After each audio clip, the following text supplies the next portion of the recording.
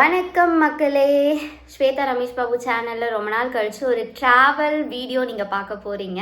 So இப்போ ரீசெண்டாக நான் போன ஒரு ஷார்ட் ட்ரிப் தான் இந்த வீடியோவில் இருக்க போகுது. செங்கல்பட்டுக்கு மிக அருகில் இருக்கக்கூடிய இந்த ஒரு டூரிஸ்ட் ஸ்பாட் யுனெஸ்கோ லெவலில் ரொம்ப பிரசித்தி பெற்ற ஒரு இடம். சென்னை, காஞ்சிபுரம், செங்கல்பட்டு இதில் இருக்கக்கூடிய எல்லாருமே ஒரு டூரிஸ்ட் ஸ்பாட், எங்கேயாவது பிக்னிக் மாதிரி போனோம் அப்படின்னா அவங்களுக்கு ரொம்பவே நெருக்கமான, ரொம்பவே ஈஸியாக போகக்கூடிய ஒரு பிளேஸ் தான் நான் இப்போ சொல்லக்கூடிய ஒரு பிளேஸ். அண்ட் சவுத் இந்தியாவிலேருந்தும் இல்லை நார்த் இந்தியாவிலேருந்துமே டூருக்கு வராங்க தமிழ்நாட்டுக்கு அப்படின்னா கண்டிப்பாக இந்த ஒரு ஸ்பாட்டை அவங்களோட லிஸ்ட்டில் வச்சுருப்பாங்க. ஸோ அந்த மாதிரியான ஒரு பிளேஸை பற்றி தான் நம்ம இன்றைக்கி பார்க்க போகிறோம். வாங்க வீடியோக்குள்ளே போகலாம்.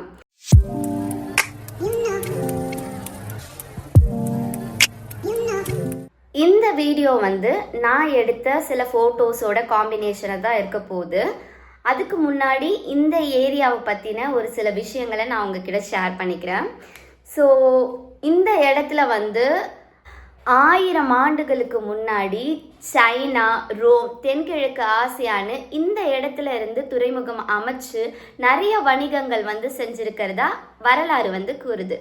கல் சிற்பங்கள் எல்லாமே உலோகத்தில் இருக்கக்கூடிய கருவிகள் மூலயமா செஞ்சுட்டு இருந்த காலகட்டங்களில் கற்களே வச்சு கற்களை செதுக்கி ஒரு சிற்பமாக்கின கலைகள் இந்த இடத்துல தான் பிரசித்தி பெற்றதா இருந்தது.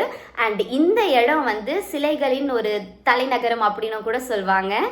கல் சிற்பங்கள் அப்படின்னு சொல்லிட்டு சொன்னாலே தமிழ்நாட்டில் இந்த ஒரு இடம் தான் ஞாபகத்துக்கு வரும். அதே போல் நீங்கள் உங்கள் வீட்டுக்கோ இல்லை உங்கள் தோட்டத்தையோ அலங்கரிக்கிறதுக்கு உங்களுக்கு ஏதாவது கல் சிற்பங்கள் வேணும் அப்படின்னாலோ, சமையலுக்கு தேவையான கல் உபகரணங்களாக இருக்கட்டும், இது எல்லாமே இந்த இடத்துல கண்டிப்பாக உங்களுக்கு கிடைக்கும். இது ஒரு கடலோர பகுதி.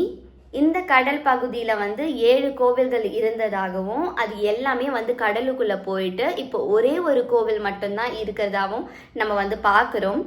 அதுதான் ஷோர் டெம்பிள். இதுலேயே உங்களுக்கு மோஸ்ட்லி தெரிஞ்சிருக்கும் நான் எந்த பிளேஸை பற்றி பேசிகிட்டு இருக்கேன் அப்படின்னு சொல்லிட்டு.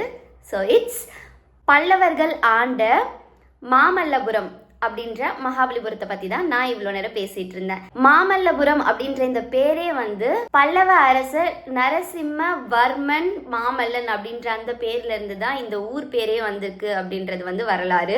நம்ம தமிழ்நாட்டில் இருக்கக்கூடிய யுனெஸ்கோ சைட்ல மகாபலிபுரம் அப்படின்றது ஒரு அழகான அண்ட் சிற்பங்கள் நிறைந்த நிறைய வரலாறு மற்றும் கதைகள் சொல்லக்கூடிய ஒரு நகரமாக தான் திகழ்ந்துட்டு இருக்கு. இந்த இடத்துக்கு நம்ம போனோம் அப்படின்னா கடல் மட்டும் இல்லாமல் அந்த கற்களும் சரி, அதை வடித்த அந்த சிற்பங்களும் சரி, அந்த காற்று சரி, நமக்கு நிறைய கதை சொல்லும். 1300 ஆண்டுகளுக்கு மேலே இருக்கக்கூடிய நிறைய கற்கள் காற்று, மழை, அந்த கடலோர உப்பு காற்று எல்லாத்தையுமே எதிர்த்து இந்த காலத்துலேயும் வாழ்ந்துட்டுருக்கு. நமக்கு நிறைய கதை சொல்ல காத்துட்டும் இருக்குது.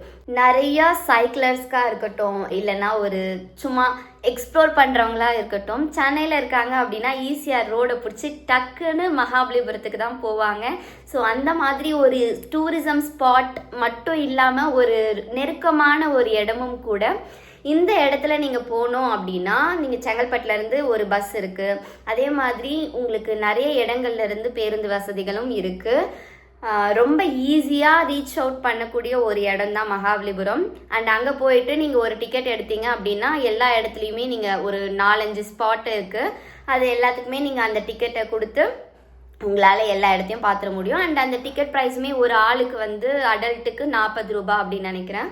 ஸோ ஒரு நாள் ஃபுல்லாக உங்களுக்கு எங்கேயாவது ட்ரிப் மாதிரி போகணும், ஒரு பிக்னிக் மாதிரி ஃபேமிலியோட ஸ்பெண்ட் பண்ணணும், ஏதோ ஒரு வரலாறோட நம்ம பாரம்பரியத்தோடு வாழணும், இல்லை அந்த காலத்தில் இருந்தவங்கள மாதிரி வாழணும் அப்படின்னு நினச்சிங்கன்னா கண்டிப்பாக மகாபலிபுரம் போங்க.